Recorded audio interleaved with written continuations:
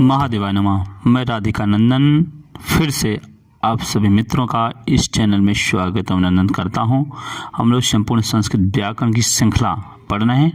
प्रतिदिन सुबह 6 बजे यहाँ पर संधि प्रकरण चल रहा है इस समय, उसमें भी व्यंजन हल संधि का टॉपिक हम लोग पढ़ रहे हैं। आज हम लोग चर्तो संधि पर बात करेंगे, जो व्यंजन का एक प्रकार है चर्तो संधि।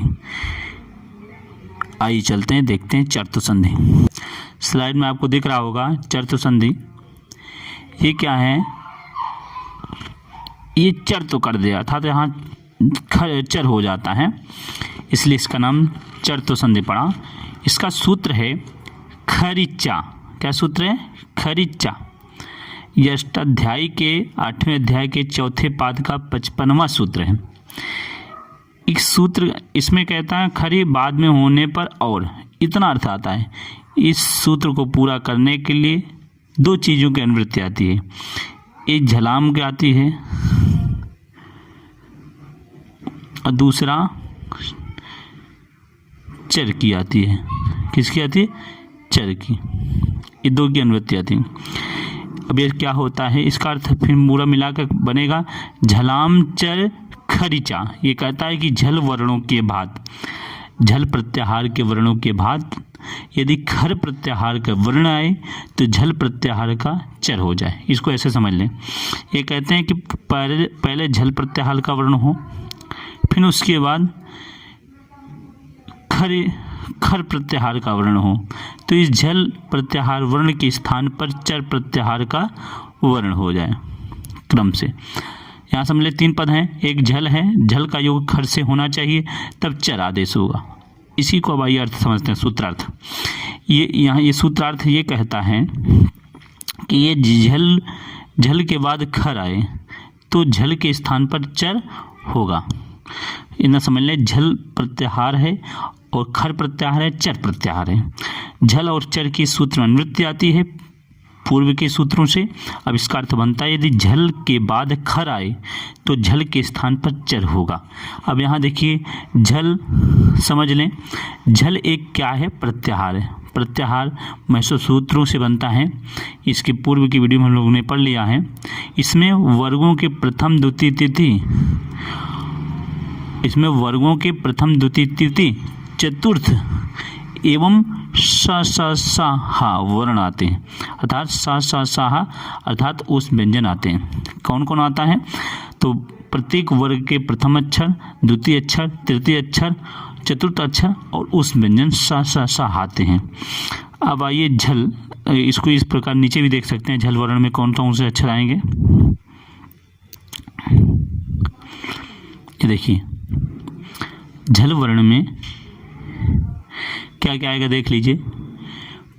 ये चौथा अक्षर आएगा, देखिए। उस व्यंजन सा हा, प्रथम व्यंजन चा टा ता का पा, अपने वर्ग का प्रथम अक्षर, फिर द्वितीय अक्षर खा फा छा ठा था, फिर तृतीय अक्षर जा वा गा डा दा, और फिर चतुर्थ अक्षर झा भा धा ढा धा, ये आते हैं।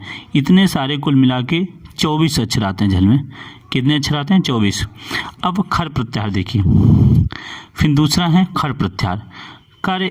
खर एक प्रत्याहार है जिसमें वर्गों का प्रथम द्वितीय वर्ण और सा आते हैं। देखिए यहाँ क्या कहते हैं कि खर एक प्रत्याहार है। क्या है? प्रत्याहार है। इसमें वर्गों के प्रथम द्वितीय वर्ण और सा तीनों सा।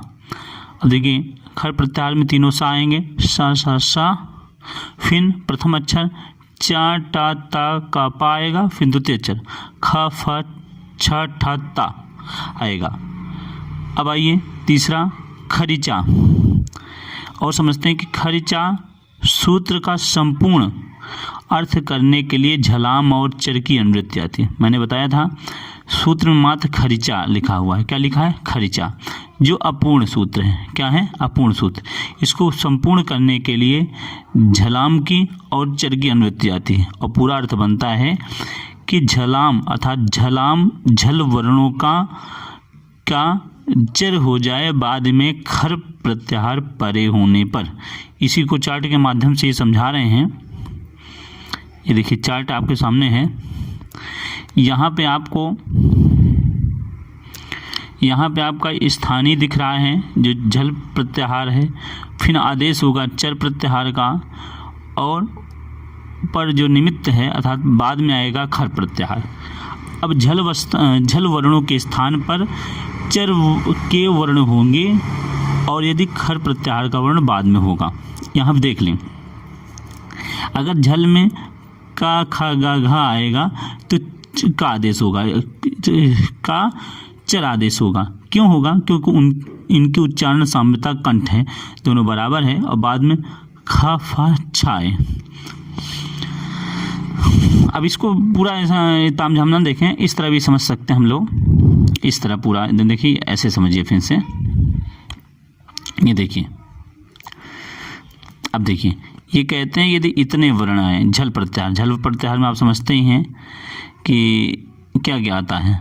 ये झल प्रत्याहार के बाद यदि खर प्रत्याहार वर्ण आए तो चर प्रत्याहार के वर्ण हो जाए। किसके स्थान पर क्या होगा, ये उच्चारण साम्यता स्थानीय अंतरतमा के माध्यम से जानते हैं इसको हम। अब देखिए कौन कौन कितने वर्ण आएंगे, देख ले। यहाँ देखिए झल प्रत्याहार में इतने वर्ण आते हैं। इसमें क्या आता है देख लें, वर्गों के प्रथम द्वितीय तृतीय और चतुर्थ अक्षर तथा श हाँ उस व्यंजन। फिर चर प्रत्याहार में वर्गों का प्रथम अक्षर 5 अक्षर आएंगे, और खर प्रत्याहार में वर्गों के प्रथम द्वितीय और प्रथम द्वितीय अक्षर आएंगे और तीनों सा आएंगे। अब आदेश क्या होगा, क्रम से यही आदेश होगा, का, चा, टा, ता और पा। अब किसके स्थान पर क्या आदेश होगा, तो अगर इस वर्ण के का खा गा घा के बाद का आदेश हो रहा है तो का होगा। क्या होगा? का। इसको समझ लें। देखिए अगर इनके स्थान पर आदेश होगा तो का होगा। क्या आदेश होगा? का। और इसके स्थान पर चा आदेश, चा छा जा झा के स्थान पर चा आदेश, टा ठा डा ढा के स्थान पर टा आदेश, ता था दाधा के स्थान पर तादेश, और पा फा बाभा के स्थान पर पादेश होगा। अब क्यों आदेश ऐसा होता है? क्योंकि उच्चारण साम्यता कंठ के आधार पर, तालु के आधार पर, मूर्धा के आधार पर, दंत के आधार पर, ओष्ठ के आधार पर, अर्थात उच्चारण साम्यता के कारण ये आदेश होते हैं। तो कुल मिला के इतना समझें कि झल वर्णों के बाद यदि खर प्रत्याहार का वर्ण है तो उच्चारण साम्यता के आधार पर चर प्रत्याहार हो जाए। अर्थात यदि का खा गा घा में से कोई वर्ण आ रहा है तो का आदेश होगा, चा छा जा झा के स्थान पर कोई वर्ण आ रहा है तो चा आदेश होगा, टा ठा डा ढा के स्थान पर आदेश होगा तो टा होगा, ता था दाधा के स्थान पर ता आदेश होगा, पा फा बाभा के स्थान पर पा आदेश होगा। आइए उदाहरण के माध्यम से इसको और अच्छे से समझते हैं हम लोग। देखिए यहाँ पे शा सा सा के स्थान पर शा सा सा आदेश होगा। अब देखिए 3 बज गए थे, तीनों सा जो उसमें आ रहे थे, किसमें? उस व्यंजन में। तो ये कह रहे हैं कि सा सा सा तीनों सा के स्थान पर क्रमशः शा शा सा ही आदेश होगा। जैसे उदाहरण के माध्यम से हम इस पूरे सूत्र को समझेंगे। पहला उदाहरण है सद प्लस सार आकारा। अब देखिए ये जो यहाँ पे दा है, सद का जो दा है, सॉरी सद का जो है जो दा है, सॉरी देखो बन ही नहीं रहा है, ये सद का जो दा है और कारा का जो का है। ये जो सद का दा है ये है झल का, झल वर्ण का। झल का हम जानते हैं कि जो है वर्गों का प्रथम द्वितीय तृतीय चतुर्थ वर्ण, तो तृतीय वर्ण है इसलिए झल है। फिर कारा में ये खर है, क्या है? खर। खर में आप जानते हो कि जो है वर्गों के प्रथम द्वितीय अक्षर आते हैं, तो ये भी है। अब इस झल के स्थान पर आदेश होगा, क्या होगा? चर होगा। चर में 5 अक्षर मिल रहे हैं, क्योंकि दा का उच्चारण स्थान लुतुल सा नाम दंता है, तो दंत वर्ण वाला चर होगा ता, और ता आदेश होकर ये ता आदेश होकर बन जाएगा सत्कारा। क्या बन जाएगा? सत्कारा। अब आइए दूसरा उदाहरण देखते हैं। दूसरा उदाहरण आपके सामने है दूसरा उदाहरण आपके सामने ये देखिए, ये सद प्लस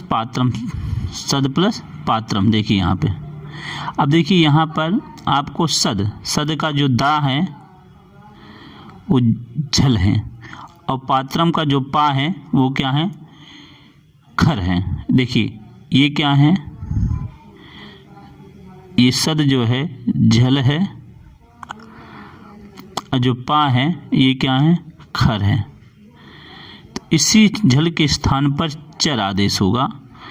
चर में 5 प्राप्त हो रहे हैं, कौन आदेश होगा?